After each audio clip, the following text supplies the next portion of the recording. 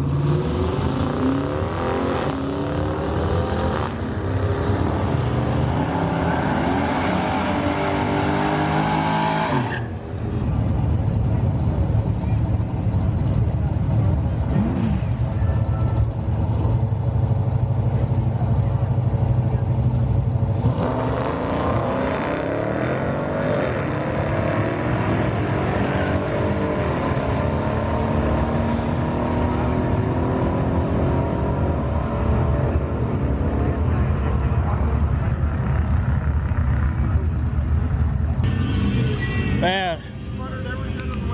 Oh, as soon as you started the burnout, you could hear it breaking up. Yeah. I was like, fuck. I don't understand what the fuck it is. So, like I said earlier, Jack has a pretty bad miss. We changed distributor, wires, plugs, reset the timing. It's still, you could probably hear it as soon as he started the burnout. It was breaking up. It was breaking up all the way down the track. So, we got to figure that out. And then Lloyd, he can't get a shifter down into first, and when he leaves it in drive, it shifts at 5,000 RPM. So he's leaving so much on the table because this engine, it's going to want some RPM, a whole lot more than 5,000. Well, doesn't make a difference in the fucking header size. It picked up some mile an hour. Some guy said, well, it's going to be slower now with shorter headers. Yeah. I think the thing that's costing you right now is shifting at 5,000. Alright, this place is so packed. We were in line for an hour and a half, so I'm probably gonna play this waiting game again, and I don't know, maybe we'll get a run tonight.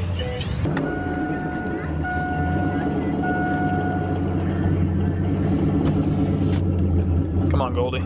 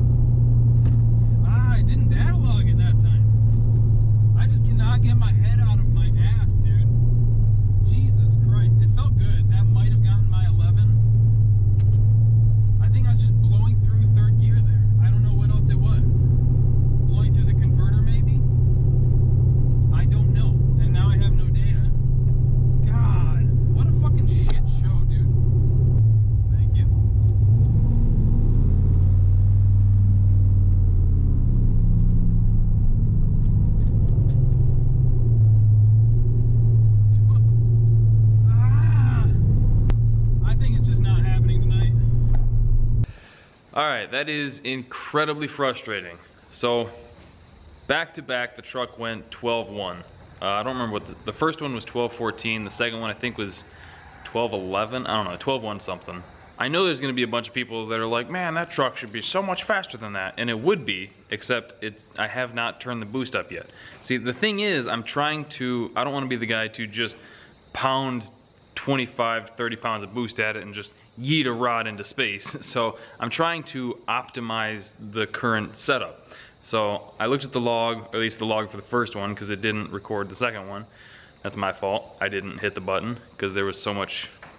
We got stopped so many times that I kept turning it off and back on because I didn't want just an outrageous amount of data. I really only wanted to record the pull. So once they finally did pull us up, I didn't have it going. My bad. One of two things that I fucked up. Well, no, one of three things. I'll get into the third one a little bit later. So yeah, the first pull, it peaked out at 10 pounds of boost. Well, almost 11, like 10.6 or 10.7 or something like that. Well, 11 pounds of boost. And for a truck that weighs 4,400 pounds with me in it, it's lighter than I thought it was from switching from the supercharger, full exhaust, and 4L80 going to the turbo 400 and the fender exit. We saved or dropped like 350 pounds, which is pretty nice. So 4,400 pounds with me in it, which puts the truck pretty close to its factory weight, honestly. Actually it might be a little bit below it. When I had the truck pretty much bone stock, I took it and weighed it at the grain elevator down the road from me, and it was like 4260 without me in it, so it's not too far off. So you heard the truck banging off the rev limiter again, and I thought that it was either blowing through the converter, which I didn't really think was the case, but that was an option. The converter's rated for 800 horsepower. I know on 10 pounds of boost, like at the crank, it's not making that much. It's making like maybe low fives, trying to be realistic. So I didn't think it was actually blowing through the converter. I thought that there's a chance it could be slipping the trans a bunch.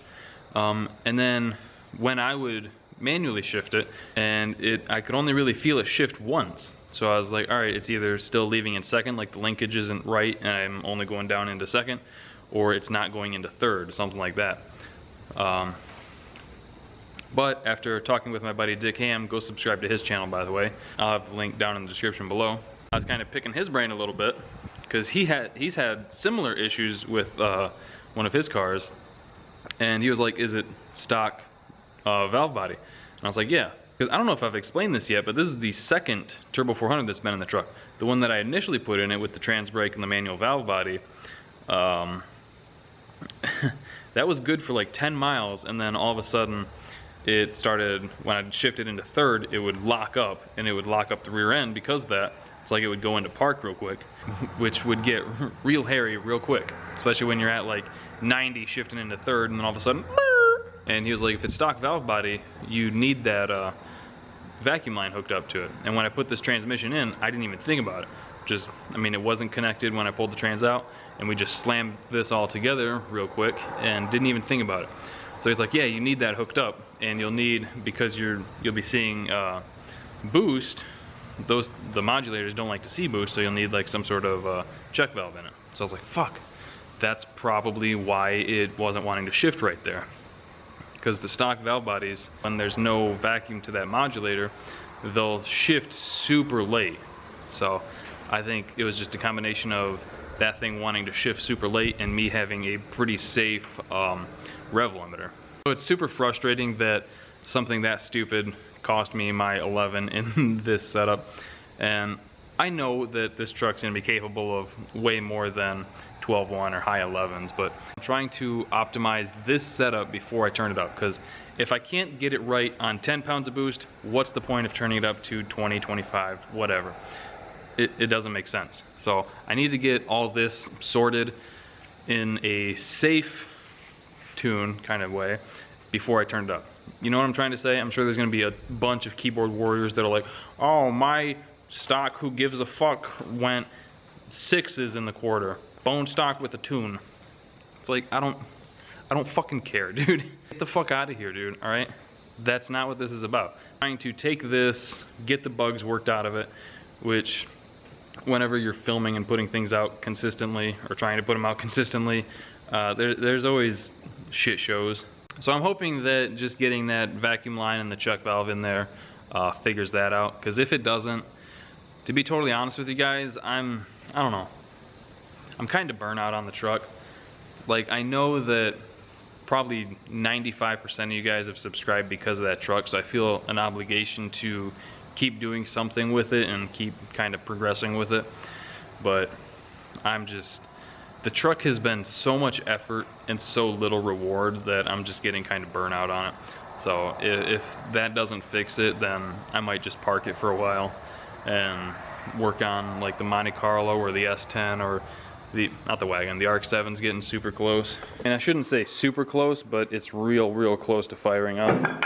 Need like drive shaft, some brake lines, tiny bit of wiring, put the interior back together, a bunch of little stuff, you know. So like I said, I'm hoping that vacuum line fixes that, and then the truck, you know, just worked, and then I can figure out something to be able to leave on boost, because I only got a 1.8 60 foot because I was not able to build any boost on the line. I stalled it up to 3,700 and I still wasn't even making a pound of boost, so that's a real bummer. I might get like a little 2-step for it and see if that, like the MSD one, and see if that helps me build any boost. If it does, sweet. If I can make like 2-3 pounds of boost off the line, it would be pretty good. I think I could get a 1.6 60 foot. But I mean, it's so frustrating that be that close to your goal, because I think on 10 pounds of boost, like 1180s, 1170s, super doable in that truck. So I think that's gonna do it for today's video. Hope you guys enjoyed it. Thank you for watching. Thank you for liking, commenting, and subscribing. We'll see you next time.